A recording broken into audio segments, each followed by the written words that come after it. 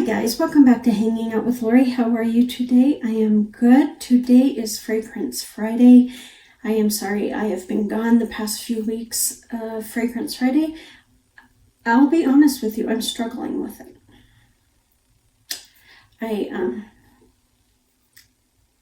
I'm having difficulty being motivated to talk about fragrance, and I don't know why. So I don't know where Fragrance Friday is going to go from here.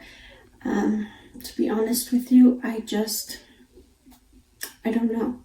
I would love your feedback on Fragrance Friday and how you feel about it, if it's something you're interested in. But if it's something you guys like, I will continue to do it. I love fragrance, and I don't understand why I'm feeling so hesitant to do Fragrance Friday. So any feedback from you would be great. I need your feedback, because what I put out on my channel, I want you to want me to do it. I don't want to do it because I love it. I want to do something that interests you, that pulls you in, that you look forward to watching. Today is kind of a different Fragrance Friday. It started off that I was testing a fragrance that's very well known, and then one day I just needed something a little something with it, and so I put another fragrance on, and I'm like, oh, I like that. And then the next day I did the same combo, and then I added another, and I was like, oh, I really like that. So today is basically about layering. Finding perfumes that you love and putting them together and seeing if they make a nice scent or not. They may not always, to be honest with you, but sometimes they might, and it's just about taking the chance and trying it out. If it doesn't smell good, wash it off and start over. But sometimes you hit the jackpot. So let me start off with the fragrance that I was testing for you guys, and that is Viktor and Rolf's Bon Bon. I love Viktor and Rolf's Bon Bon. I think it is a beautiful scent. It was released in 2014 with a specific note that was basically the whole premise of the perfume, and that note is caramel. So I know we've all seen what Bon Bon looks like. It is this beautiful bow, which is absolutely stunning. The only thing I dislike about this bow is when you use it, there's still some dregs in the bottle, in the bottom, that you just cannot get out. So that's a bummer. But that happens with most perfumes, so I shouldn't complain about it, but I do, because the stem is over here, but we've got this whole side, and you've got to try to shake it over there, and it doesn't always go. But Bon Bon, like I said, has a specific that runs all the way through it, that to me is pretty unique, that they would pick a specific note to make sure it is present throughout. The top notes are mandarin, orange, and peach. Middle is orange blossom and jasmine, and the base is cedar, gaiac wood, sandalwood, and amber. It is a very creamy, luscious, just really heady fragrance. I love Bon Bon. I mean, I can't say how much I love Bon Bon. When I first got the idea to layer these, I had my body lotion and shower gel that was in a project, and I thought, well, let's try layering, the body wash, the body lotion, and the perfume all together, because they say that is supposed to extend the life of the perfume. Now, I did not feel that it extended the life. It made it a little louder, and Bon Bon is loud on its own, so it did give it a little more projection, a little more depth, but it didn't really extend my the longevity of the perfume. Now, this perfume, its performance is stellar. I can smell this 8 hours later. It's very much a skin scent at that point. Very mellow, very creamy at that point, but I can still smell it. But I did not feel that the body lotion and the body wash made it last longer, or give it a little, even in the dry down, it did not give it any more projection. I mean, it really was a skin scent at the end, so that did not give its projection at the base. It gave its projection at the front of the perfume, at the top and the middle. So I would say, do you need to go and buy the lotion and the wash to make this a better performing perfume? Absolutely not. It performs just fine on its own. It, all it does is give it a little more projection at the front. But this already has a great projection. I mean, its reach is, I would say, it isn't like Flower Bomb, which is made by the same company. It doesn't have that suck the air out of the room kind of presence, but it definitely is a louder scent. I would say it's probably 7 to 10 people deep that can smell it. I mean, you can tone that down by not wearing as many sprays as you just maybe doing 1 or 2, so you can tone that down. Me, I'm a heavy sprayer. So that's pretty much what my projection is for it. It is a louder scent, but that's because I'm a heavy sprayer. I probably do 4 sprays with this, so it's a little less than my usual, but I definitely spray more than probably one should. So when I decided to try this fragrance as a base to a layering a perfume, another perfume on it, I decided to go with a scent that I wasn't very familiar with. I got it last year, and this is CK1's Summer by Calvin Klein. I love the design. It was the pop art. So this was last year's 2019's release, and they described it as a smooth, I can't even read my handwriting. They described it as a smooth, vivid, energetic aroma.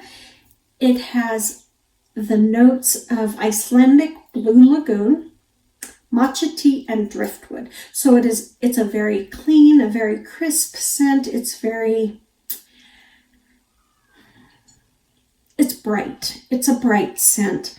I like it. It doesn't have a lot of staying power. It doesn't last for very long, but I really like its brightness. It has a little bit of effervescence to it, but it doesn't last very long. So put it on top of Bon Bon, and these two mixed beautifully. They became, Bon Bon had that really creamy, why can't I think of the word?